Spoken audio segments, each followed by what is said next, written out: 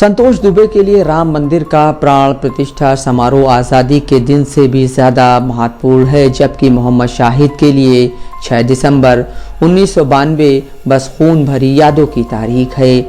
भारत में कई लोगों के लिए अयोध्या में होने वाला राम मंदिर का प्राण प्रतिष्ठा समारोह एक पुराने सपने का सच होना है, लेकिन मोहम्मद शाहिद जैसे मुसलमानों के लिए यह दिन सिर्फ खून से सनी यादें लेकर आएगा।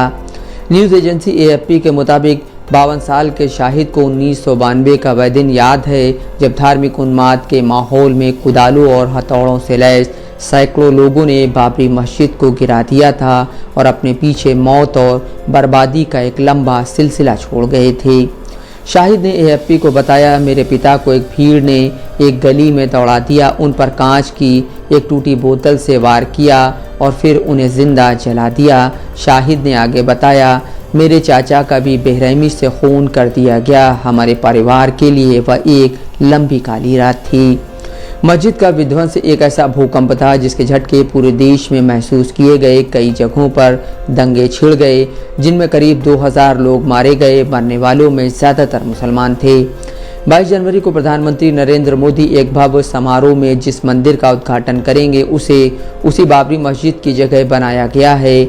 मोदी की पार्टी BJP ने दशकों तक राम मंदिर के निर्माण के लिए अभियान चलाया। BJP RSS के कार्यकर्ताओं ने बाबरी मस्जिद गिराए जाने में महत्वपूर्ण भूमिका निभाई थी। गुलाबी बलुआ पत्थर और संगमरमर से बने इस मंदिर परिसर के निर्माण की अनुमानित लागत 20 अरब रुपए है। सरकार का कहना है कि पूरी धनराशि जनता से मिले चंदे से जुटाई गई है। कई लोग मंदिर के उद्घाटन को आने वाले लोकसभा चुनाव के अभियान की शुरुआत के तौर पर देख रहे हैं। उम्मीद की जा रही है कि मंदिर के दरवाजे खोल दिए जाने के बाद अयोध्या में हजारों तीर्थयात्री आएंगे। शाहिद उनके बारे में सोचकर ही कांप उठते हैं। वह कहते हैं, मेरे लिए यह मंदिर बस मौत और बर्बादी का प्रतीक है। AFP के मुताबिक 56 साल के संतोष दुबे मस्जिद को गिराने वाली भीड़ का हिस्सा थे। वो कहते हैं कि 22 जनवरी को मंदिर का उद्घाटन देश के उस दिन से ज़्यादा महत्वपूर्ण होगा जिस दिन 1947 में भारत को अंग्रेज़ों से आज़ादी मिली थी। उन्होंने AFP को बताया, मैंने मंदिर के लिए अपना खून और पसीना बहाया है। सभी हिंदुओं के लिए उनके जीवन भर का एक सपना सच हो रहा है। दुबे याद करते हैं कि कैसे 1992 में विध्वंस के एक दिन पहले हजारों धार्मिक कार्यकर्ता अयोध्या में इकट्ठा हुए थे। उन्होंने बताया, वह सब सुनियोजित था। हमने मस्जिद को गिराने का दृढ़ निश्चय कर लिया था, चाहे जो हो जाए। दुबे समेत करीब 50 पुरुष रस्सियों की मदद से मस्जिद के केंद्रीय गुंबद पर चढ़ गए और हथौड़ों से वार कर उसे मलबे में बदल दिया।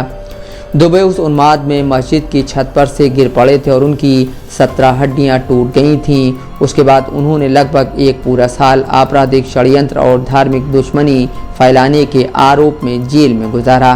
बाद में एक अदालत ने उन्हें बरी कर दिया। वह बताते हैं, लेकिन मुझे कोई अफसोस नहीं है। मैंने जो किया उस पर मुझे गर्व है। मेरा जन्म भगवान राम की सेवा करने के लिए हुआ है। वो भारत की आत्मा है।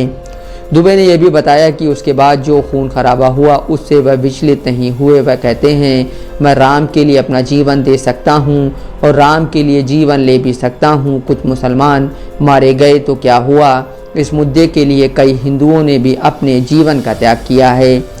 जहाँ कभी मस्जिद हुआ करती थी वह स्थान दशकों तक खाली पड़ा रहा। सालों के कानूनी दांव-पेच के बाद 2019 में भारत के सुप्रीम कोर्ट ने मंदिर के निर्माण की इजाज़त दे दी। अदालत ने एक नई मस्जिद के निर्माण का भी आदेश दिया।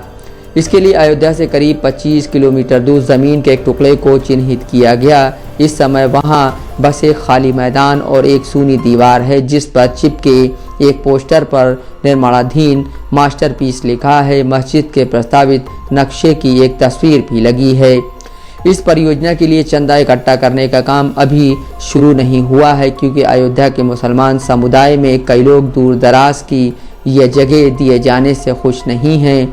उधर अदालत के फैसले ने एक्टिविस्ट समूहों को दूसरे स्थान पर भी ऐसी मस्जिदों के खिलाफ दावे करने का बल दे दिया है जिन्हें उनके हिसाब से मुगल काल में हिंदू मंदिरों के ऊपर बनाया गया था।